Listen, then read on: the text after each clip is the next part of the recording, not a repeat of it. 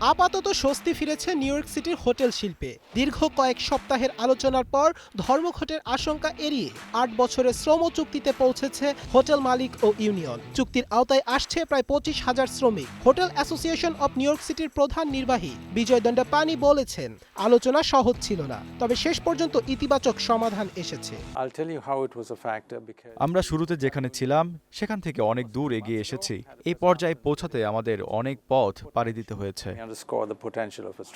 যদিও ফিফা সরাসরি আলোচনায় ছিল না, তবু ২০২৬ বিশ্বকাপকে ঘিরে সম্ভাব্য পর্যটক চাপ পরিস্থিতি আরও গুরুত্বপূর্ণ করে তোলে।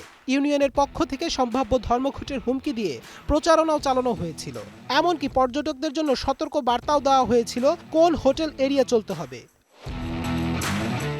হোটেল মালিকদের দাবি, নিউ ইয়র্কের হোটেল শিল্প এখনও পুরোপুরি কোভিড পরবর্তী ক্ষতি কাটিয়ে উঠতে পারেনি। তাদের ভাষ্য অনুযায়ী হোটেল বুকিং হার এখনও ২০১৯ সালের তুলনায় অনেক কম।